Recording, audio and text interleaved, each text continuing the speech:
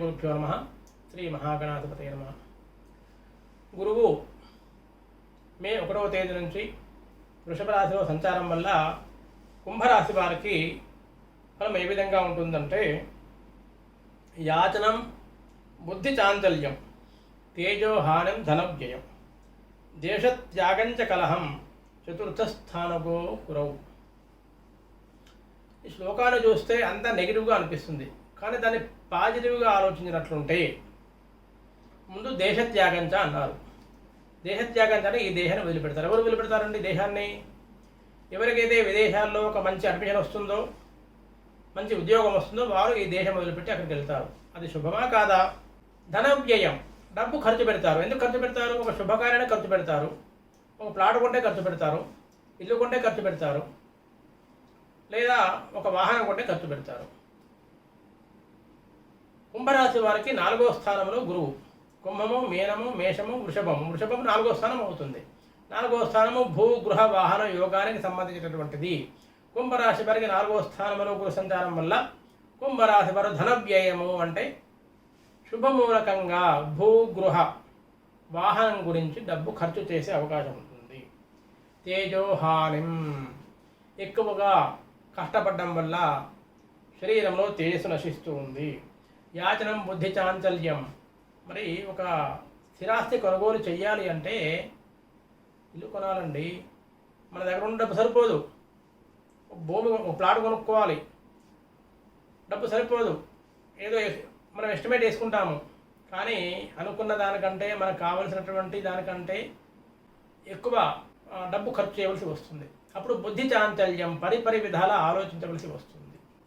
ఇటువంటివన్నీ ఒకసారి 2 సార్లు మాత్రమే కొనగలుగుతాం జీవితంలో. కాబట్టి మంచిది తీసుకోవాలి, బాగుండాలి, చెయ్యాలి. అలాగే ఒక వాహనం కొనేటప్పుడు కూడా మళ్ళీ 10-15 దాకా మార్చాం కాబట్టి ఇంకా బాగుంటే మంచిది కొంటే బాగుంటుందా? ఈ విధంగా బుద్ధి చాంచల్యము అనేక విషయాల మీద ఆలోచన పెరిగిపోతూ ఉంటుంది. తేజోహానం, దానివల్ల ఆలోచన పెరుగుతాయి, తేజస్సు తగ్గిపోతుంది. యాచనం అంటే అప్పు చేసుకోవడం. యాచనం అంటే ఏదో అడుక్కోవడము, యాచించడం కాదు. వేరే వారి దగ్గర లేదా బ్యాంకు దగ్గర నుంచి మనం ఒక అప్పు, లోను తీసుకోవడం అనేది యాచనం కిందకి వస్తుంది. మొత్తం మీద చూస్తే కుంభరాశి వారు ఈ సంవత్సరంలో ఒక స్థిరాస్తిని కొనుగోలు చేసే అవకాశము స్పష్టంగా కనిపిస్తుంది. ఒకటి.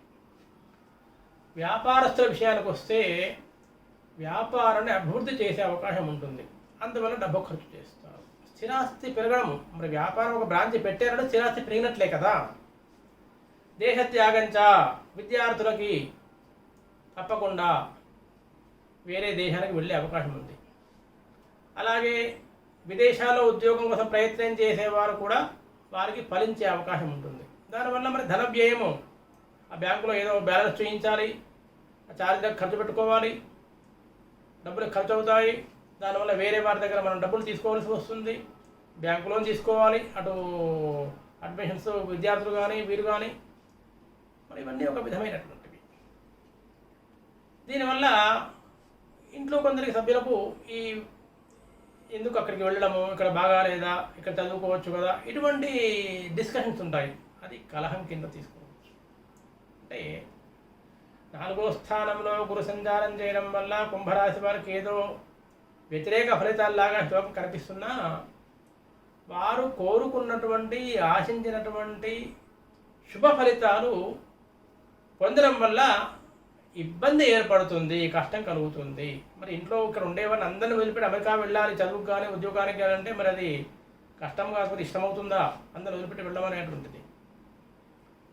మరి ఖర్చు చేసి అప్పు చేసి ఒక స్థిరాస్తి కొనడం అనేటువంటిది అంత సులభం కాదు కదా. ఆ విధంగా అలాగే ఒక వ్యాపారస్తులు ఇంకొక కొత్త వ్యాపారం ప్రారంభించడం, ఒక బ్రాంచ్ ప్రారంభించడం అంటే అది కూడా అంత సులభంగా అయ్యేది కాదు కదా. ఇవన్నీ కుంభరాశి వారికి సంవత్సరంలో జరిగే అవకాశం ఉంది.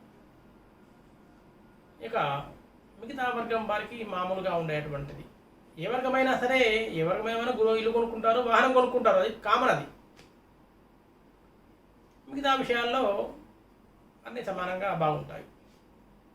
కాబట్టి కుంభరాశి వారు ఈ సంవత్సరము ఈ ఫలితాలని సద్వినియోగం చేసుకోవాలని కోరుకుంటూ మీకు కనుక ఆ వీడియో నచ్చినట్లుంటే అందరికీ షేర్ చేయండి, లైక్ చేయండి, కింద కామెంట్ పెట్టండి, ఛానల్ని సబ్స్క్రైబ్ చేసుకోండి.